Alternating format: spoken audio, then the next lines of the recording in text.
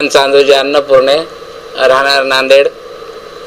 मला दिनांक 22/12/2023ला मुंबईमध्ये अटॅक आला. तिथून मग मी टॅक्सी थोडासा प्राथमिक उपचार करून नांदेडला आलो.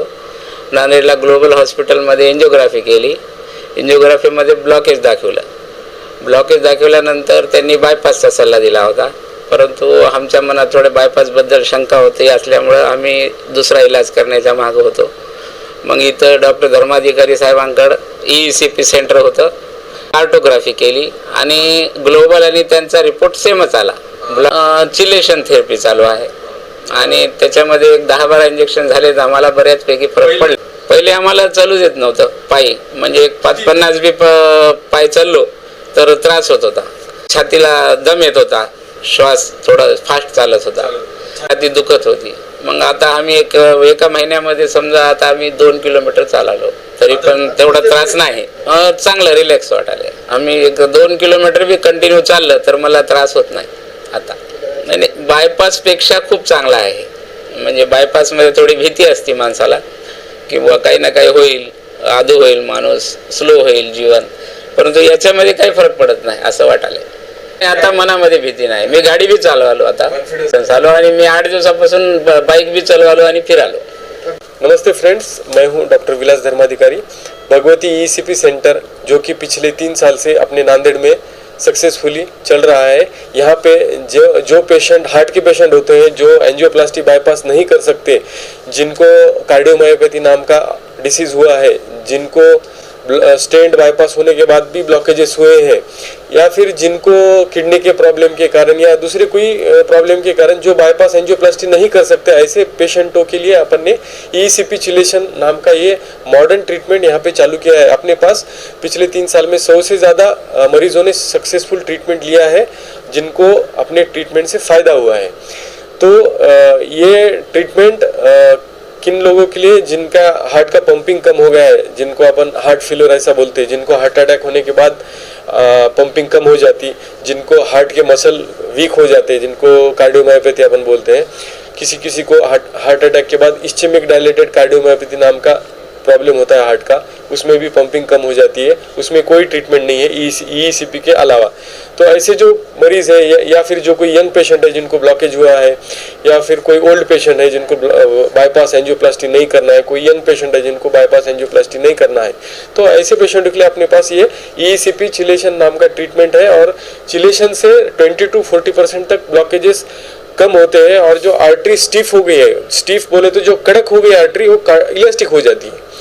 इलास्टिक इन द सेंस वो लवचिक हो जाती है. लवचिक होने से क्या होता है, जो पहले ब्लड फ्लो में अड़थड़ा हो रहा था, रुकावट हो रही थी, वो रुकावट कम हो जाती है और हार्ट का होना ब्लड फ्लो बढ़ जाता है. और ECP से क्या होता है, ECP से हार्ट में नेचुरली नई छोटी खून की हजारों नलियां बनती है, जिसको अपन कोलेटरल सर्कुलेशन बोलते हैं.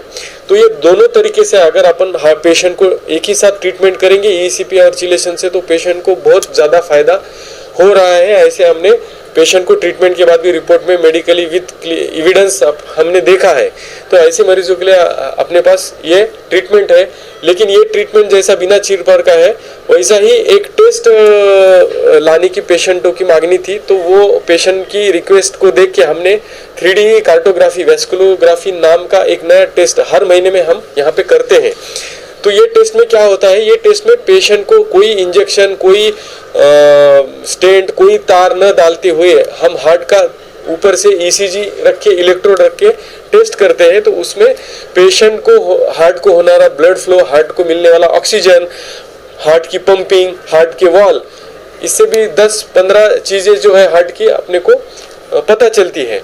तो ये क्यों करना चाहिए, क्योंकि अभी हार्ट के कारण, अटैक के कारण होने वाले डेथ्स बढ़ रहे हैं. वो डेथ्स कम करना है तो टाइम पे before, as a prevention is better than cure. Heart attack होने से पहले हर एक व्यक्ति ने, जिनका उम्र 30 के ऊपर है, उन्होंने अपना ये कार्टोग्राफी टेस्ट करना चाहिए. उससे क्या होगा, उसको फ्यूचर में कुछ होने वाला है क्या, वो टेस्ट से पता चलेगा. तो ये टेस्ट किसने करना चाहिए, जिनको 30 साल के ऊपर जिनका उम्र है, जो स्मोकिंग करते हैं, जो ड्रिंकिंग करते हैं, जिनको ज़्यादा स्ट्रेस है, जिनके लाइफ में ज़्यादा तान तनाव है, जो नाइट में जॉब करते हैं, दिन में सोते हैं, जिनका डाइट इरेगुलर है, जो रेड मीट नॉनवेज ज़्यादा खाते हैं, जिनके ब्लड में कोलेस्ट्रॉल का प्रमाण ज़्यादा है और जिनको ऑलरेडी अटैक आके गया है, जिनका ऑलरेडी प्लास्टिक बाईपास हो गया है, ऐसे मरीजों ने ये टेस्ट ज़रूर करना चाहिए।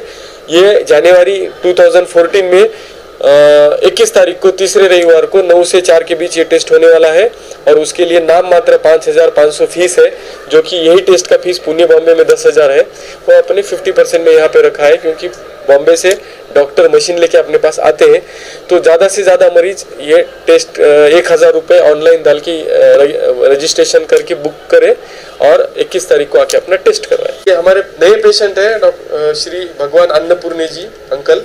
अभी इनके बारे में आपको बताना चाहता हूँ कि इन्होंने पहले एंजियोग्राफी किया था और एंजियोग्राफी में उनके एक 3 आर्टरी में उनको 7 से 8 ब्लॉक बताया था। एंजियोग्राफी में उनको बाईपास का सलाह दिया था, उनको बाईपास करना नहीं था, क्योंकि बाईपास के जो एडवर्स इवेंट साइड इफेक्ट है वो इसलिए उन्होंने बाईपास टाल दिया और अपने पास ट्रीटमेंट चालू किया है।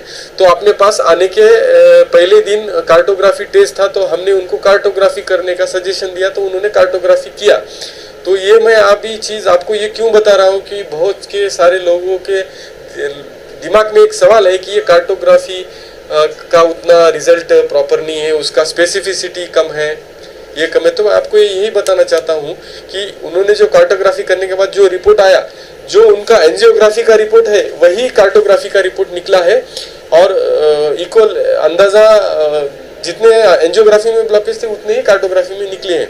तो मुझे कहने का मतलब यही है कि भले ही कार्टोग्राफी का सेंसिटिविटी स्पेसिफिसिटी कम है, उतना उसमें कंफर्मेशन नहीं रहता है, फिर भी ये कार्टोग्राफी से आपको एक अंदाज़ा आता है कि मेरे हार्ट में डैमेज हो रहा है क्या, मेरे हार्ट में ब्लड फ्लो कम हो रहा है क्या, मेरे हार्ट को ऑक्सीजन कम मिल रहा है क्या, एक ओवरऑल अंदाज़ा आता है और वो अंदाज़ा पकड़ के आप आगे का ट्रीटमेंट या टेस्ट करवा सकते हैं, जिससे आपकी लाइफ जो है आप बच सकती है।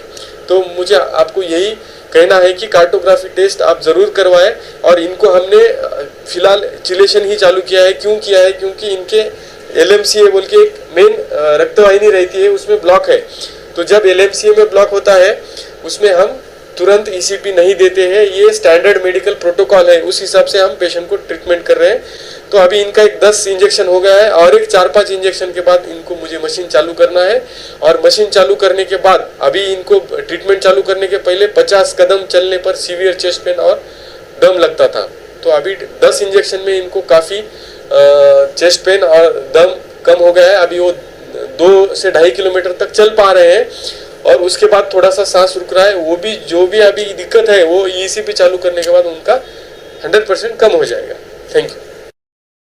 नांदेड़ में डॉक्टर विलास धर्माधिकारी के तजुर्बात और EECP की वजह से दिल की मुख्तलिफ बीमारियों का इलाज अब बगैर ऑपरेशन के जरिए मुमकिन हो रहा है। दिल की बीमारियों की वजह से होने वाली अमवात को कम करने 3D वेजिलोग्राफी सेंटर शिवाजी नगर में EECP के मकसद से कार्टोग्राफी चेक किया जाता है। इस बार शहर के शिवाजी नगर इलाके में वाक़ EECP सेंटर में 21 जनवरी सुबह 9 बजे से दोपहर 4 बजे तक ये चेकअप किया जाएगा। इस कैंप में डॉक्टर विलास धर्माधिकारी भी खिदमत अंजाम देंगे। वाज़ेह है कि मरीजों ने यकीन जाहिर किया है कि नांदेड़ में कार्टोग्राफी स्क्रीनिंग फराहम करने से इन्हें काफ़ी राहत मिलेगी। डॉक्टर विलास धर्माधिकारी ने दिल की बीमारियों वाले मरीजों से अपील की है कि वो 21 जनवरी सुबह 9 बजे से दोपहर 4 बजे तक शहर के शिवाजी नगर इलाके में वाक़ EECP सेंटर में चेकअप कैंप में ज़रूर तशरीफ़ लाएँ।